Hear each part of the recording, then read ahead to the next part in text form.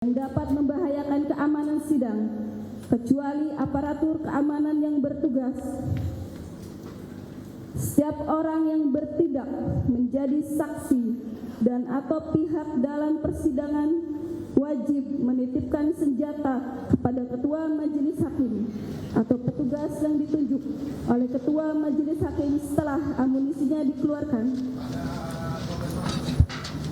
Satuan pengamanan pengadilan karena tugas dan jabatannya dapat mengadakan penggeledahan badan tanpa surat perintah untuk memastikan dan menjamin bahwa kehadiran setiap orang di pengadilan tidak membawa senjata api, senjata tajam, bahan peledak, atau alat maupun benda yang dapat membahayakan keamanan sidang. Setiap orang yang hadir dalam ruang sidang wajib menunjukkan sikap hormat kepada pengadilan. Pengambilan foto, rekaman audio, dan atau rekaman audio visual harus seizin hakim atau ketua majelis hakim yang bersangkutan yang dilakukan sebelum dimulainya persidangan.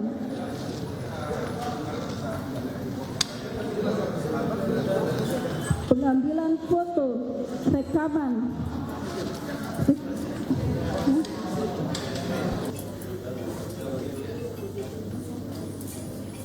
pengambilan foto, rekaman audio, dan atau rekaman audio visual sebagaimana yang dimaksud pada ayat 8 tidak dapat dilakukan dalam persidangan tertutup untuk umum. Pengunjung sidang dilarang berbicara satu sama lain, makan, minum, merokok, membaca koran, tidur, dan atau melakukan perbuatan yang dapat mengganggu jalannya persidangan dan mengurangi kewibawaan persidangan.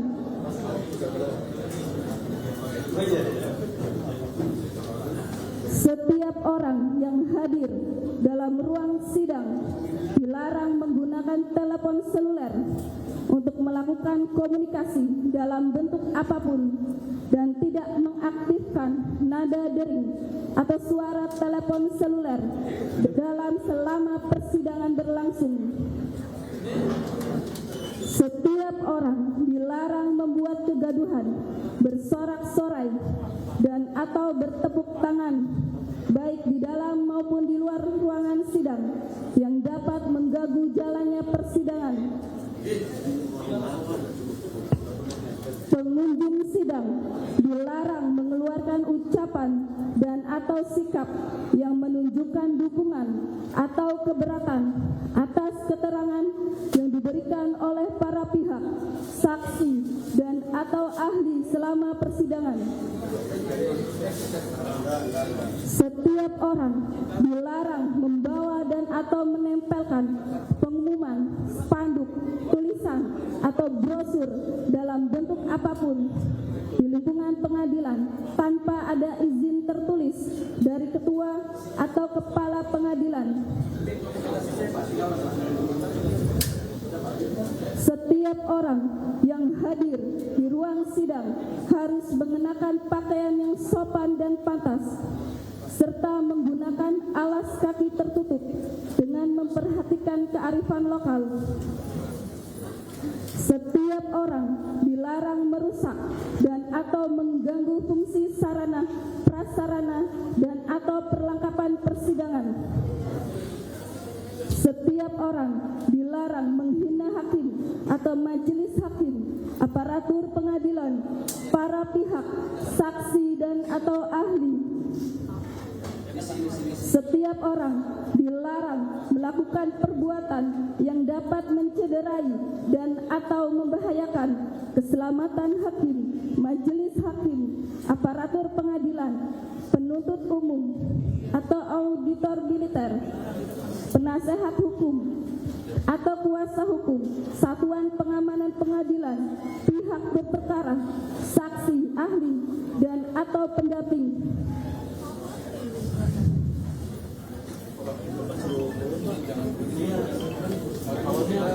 Demikian saya bacakan tata tertib di lingkungan pengadilan dan tata tertib menghadiri persidangan di ruang sidang.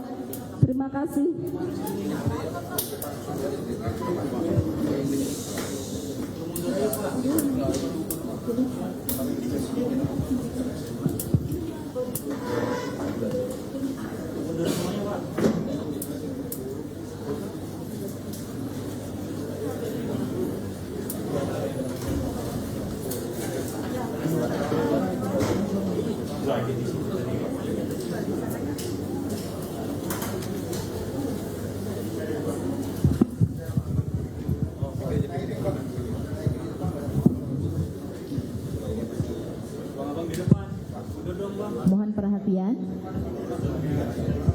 Mohon perhatian.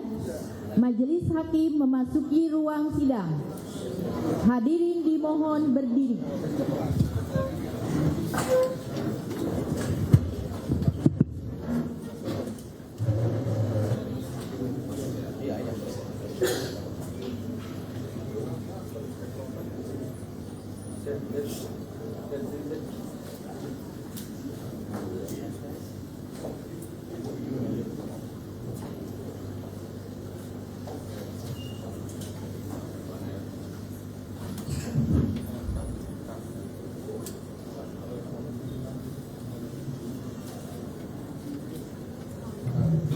Hadirin dipersilakan untuk duduk kembali.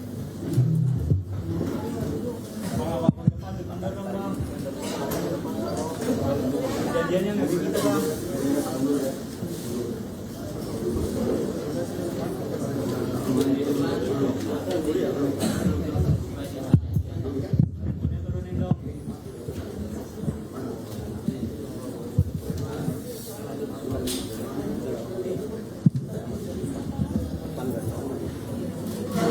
Untuk diperhatikan ya, sebelum sidang dimulai silahkan untuk pengunjung sidang atau yang dari media untuk mengambil gambar, silahkan. Nanti setelah sidang dibuka, kami batasi untuk mengambil.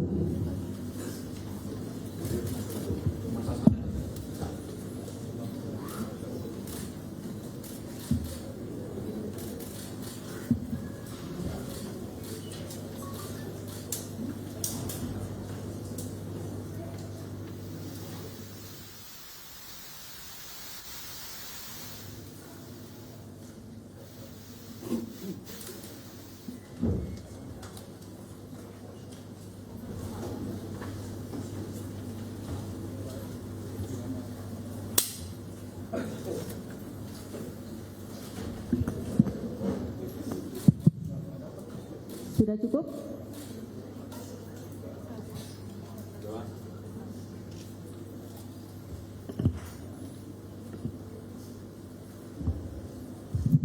Sudah ya, kita mulai untuk sidangnya.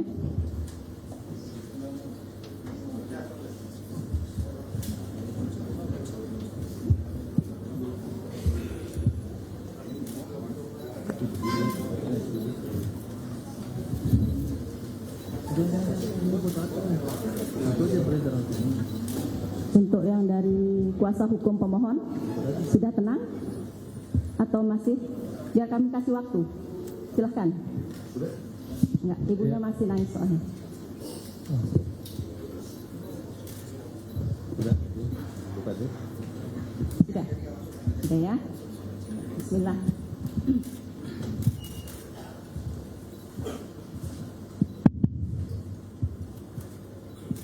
Sidang perkara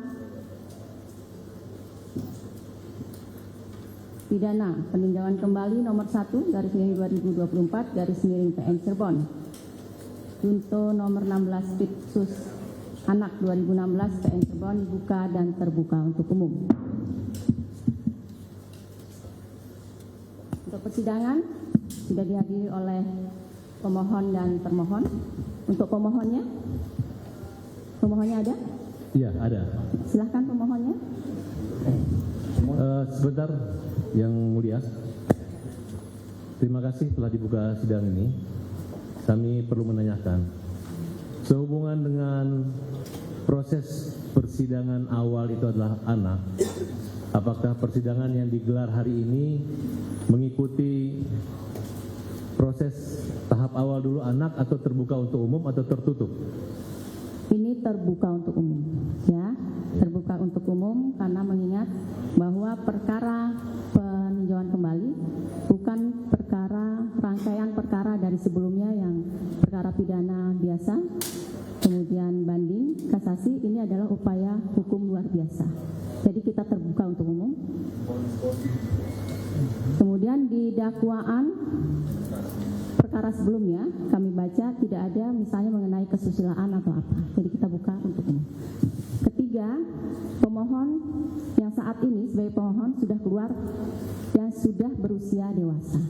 Ya, itu alasan kami mengapa sidang peninjauan kembali ini kami buka untuk umum. Gitu. Baik, kami akan segera memperlihatkan kelengkapan administrasi kami yang mulia. Ya, silakan pemohonnya dulu. Pemohonnya mana? Saka Tatal.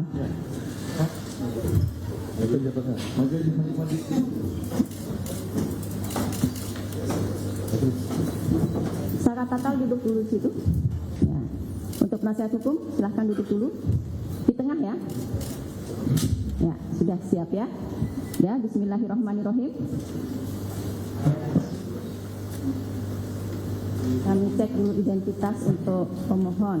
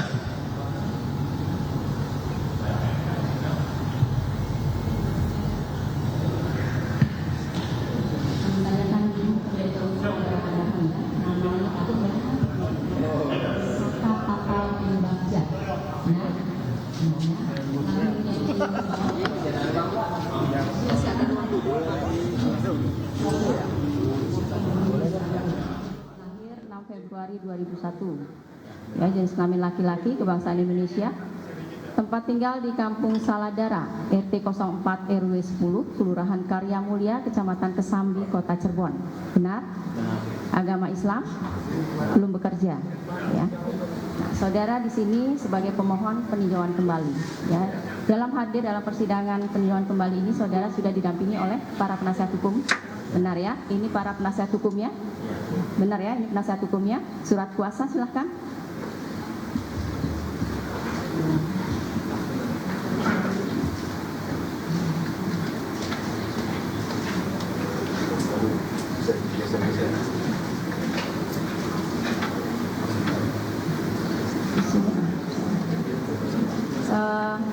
Untuk kelengkapannya,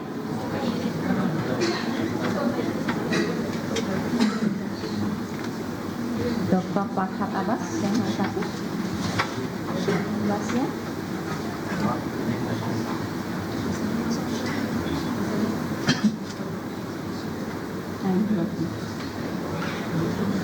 boleh nanti disusul.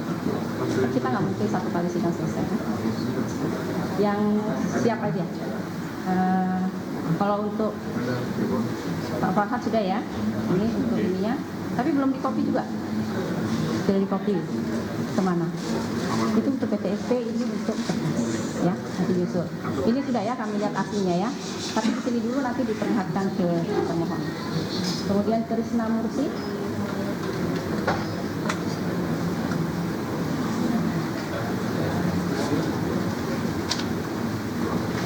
Krisna Mursi. Ada. Ini.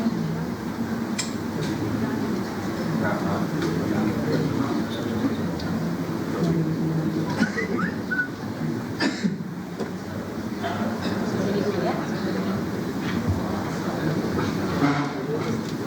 Titin Pialianti.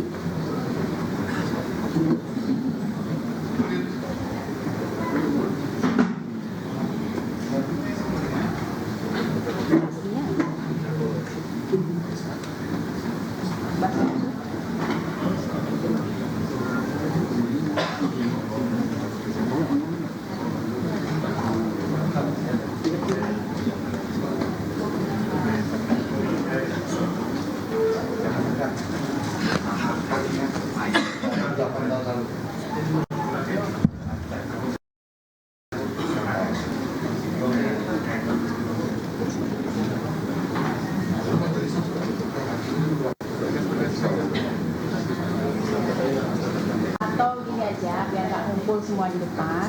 Beberapa orang aja yang di sini, ya, yang lainnya duduk. Nanti, ya, 2 orang.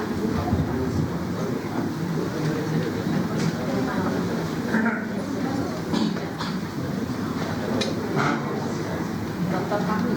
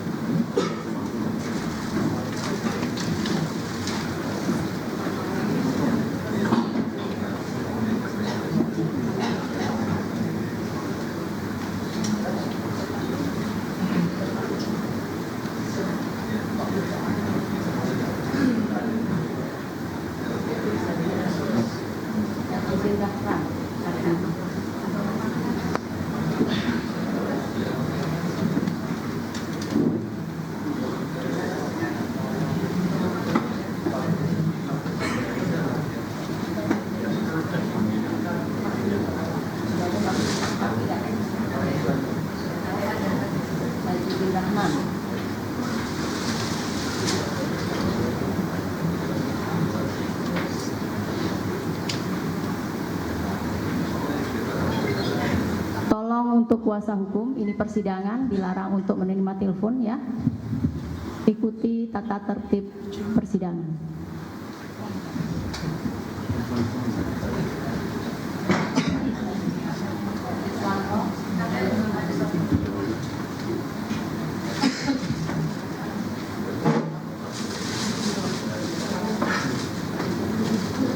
Satu dua.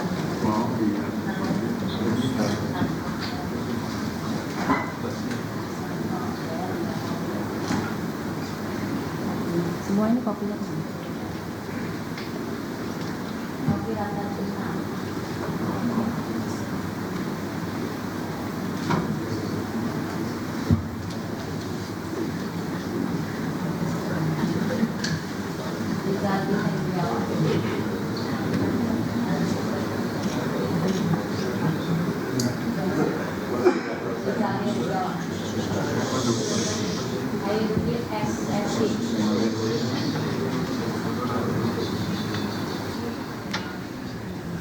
Pemirsa, hari ini sidang peninjauan kembali Saka Tatal, mantan terpidana kasus pembunuhan Vina dan Eki digelar di Pengadilan Negeri Cirebon, Jawa Barat. Dan saat ini masih dalam tahap persiapan untuk perangkat sidang yang dapat Anda saksikan hari ini, di mana Ketua Majelis Hakim dipimpin oleh Rizka Yunia dan Hakim anggota Galur Rahma Esti serta Justisia Permatasari. Adapun sidang peninjauan kembali Saka Tatal ini bertujuan untuk mengembalikan nama baik, meskipun sampai dengan saat ini Saka Tatal telah dinyatakan bebas murni, namun masih berstatus sebagai mantan narapidana. Sementara kita juga akan memantau bagaimana suasana di rumah Saka Tatal. Dan Saka Tatal sudah berada di ruang persidangan. Sebelumnya untuk surat kuasa dari Saka Tatal yang diwakili oleh kuasa hukum telah diserahkan langsung kepada Ketua Majelis Hakim. Dan di rumah atau kediaman Saka Tatal, keluarga menyaksikan langsung proses persidangan peninjauan kembali ini.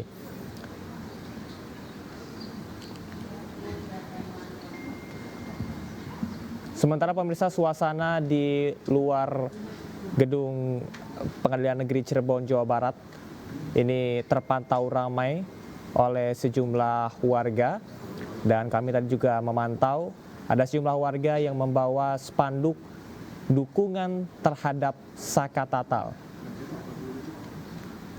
Dukungan begitu mengalir kepada Saka Tatal, dan sampai dengan saat ini memang persidangan masih dalam tahap proses persiapan, yang mana nantinya kuasa hukum yang telah menyerahkan dokumen terkait dengan surat kuasa dari Saka Tatal ini akan diperiksa terlebih dahulu oleh Majelis Hakim. Nantinya kuasa hukum pemohon ini akan membacakan nota peninjauan kembali. Sebelumnya pemirsa, Saka Tatal telah mengajukan permohonan peninjauan kembali tepat di satu hari saat sidang pra-peradilan Peggy Setiawan yang saat ini telah dinyatakan bebas dan juga tidak bersalah.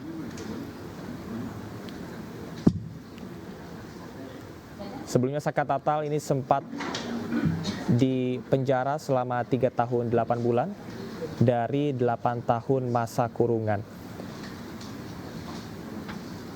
Pemirsa, dapat Anda saksikan di layar kaca suasana di luar Pengadilan Negeri Cirebon, Jawa Barat, di mana warga ini begitu setia untuk menunggu proses persidangan peninjauan kembali berlangsung.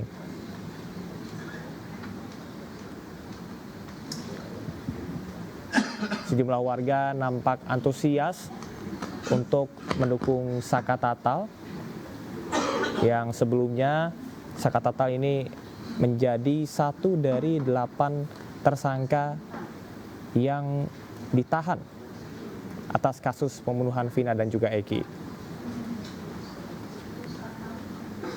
Adapun sidang ini menjadi penting pemirsa, di mana dalam sidang peninjauan kembali ini apabila Saka Tatal terbukti tidak bersalah, maka Saka Tatal berhak untuk mendapatkan sejumlah kompensasi, diantaranya adalah rehabilitasi, baik pemulihan nama baik, martabat, serta status sosial.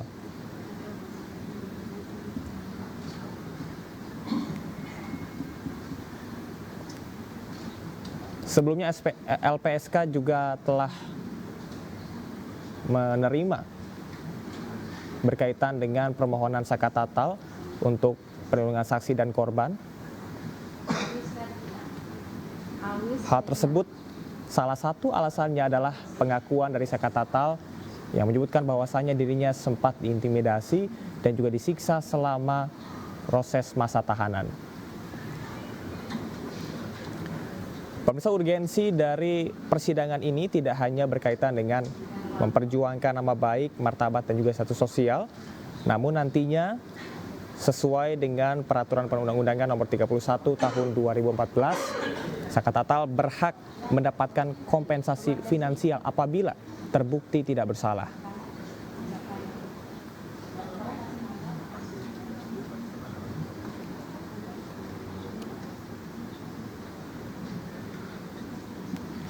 Dan pemirsa, alur persidangan yang nantinya akan dilaksanakan pada hari ini, seperti yang sudah disampaikan sebelumnya bahwa surat kuasa yang sudah diberikan oleh kuasa hukum kepada hakim nantinya akan ditinjau dan akan diperlihatkan oleh termohon Kejaksaan Cirebon dan ditanggapi. Dan jika siap untuk ditanggapi berkaitan dengan nota peninjauan tersebut, maka akan dibacakan langsung setelah pembacaan nota baru dari peninjauan kembali. Namun jika belum, persidangan akan dilanjutkan pada esok hari. Dan pemirsa, dapat dilihat di layar kaca Anda suasana di luar Pengadilan Negeri Cirebon. Ini sejumlah masyarakat nampak berdiam di luar gedung sembari membawa spanduk bertuliskan dukungan moral kepada Saka Tatal. Seperti diketahui pemirsa, meskipun Saka Tatal telah bebas pada tahun 2020, yakni bebas bersyarat dengan wajib lapor, Saka Tatal hingga dengan saat ini masih aktif untuk bersuara dan juga konsisten menyebutkan bahwasannya dirinya tidak bersalah.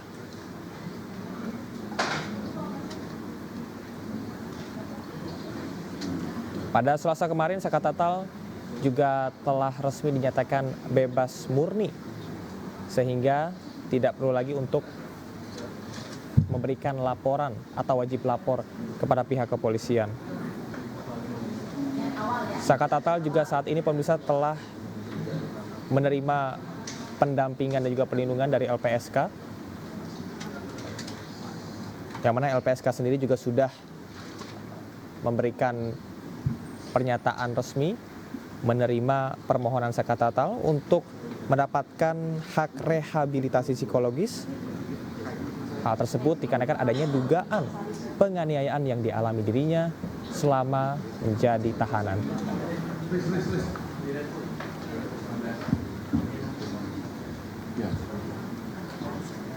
Ada sebanyak 20 kuasa hukum yang siap untuk mendampingi sidang peninjauan kembali Sakatatal, dan diantaranya yang tadi sudah memberikan statement ada Titin Priyalianti, Farhad Abbas, dan juga Krisnamurti.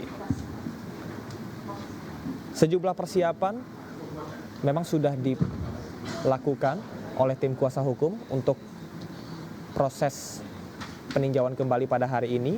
Di antaranya adalah berkas-berkas dan juga dokumen-dokumen dari saksi ahli dan juga surat kuasa. Kemudian juga adanya novum atau bukti-bukti baru yang belum ada pada sidang-sidang sebelumnya. Pihak dari Sakatatal juga mengajukan kesaksian baru. Di antaranya pemirsa adalah kesaksian Dede, saksi penting pada tahun 2016 yang saat ini mengaku bahwasanya dirinya memberikan kesaksian palsu.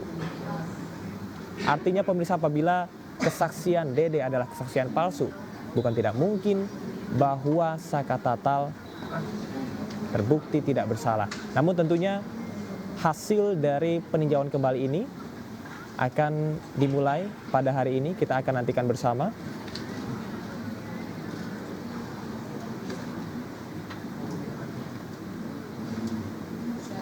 Tim kuasa hukum juga telah mempersiapkan di mana hasil permohonan pra peradilan Peggy Setiawan yang menyatakan bahwasanya Peggy tidak bersalah ini juga dimasukkan ke dalam novum ataupun juga penemuan ataupun bukti-bukti baru.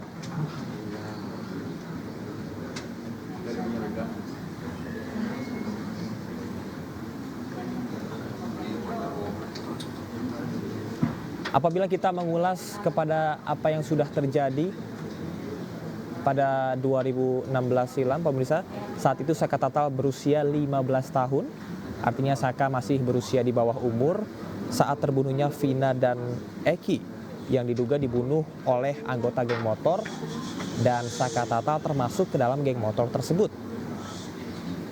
Namun meski di bawah umur, saat berusia 15 tahun, Sakatatal tetap dijatuhi hukuman 8 tahun penjara, sementara saat ini tahanan yang lain diberikan hukuman seumur hidup.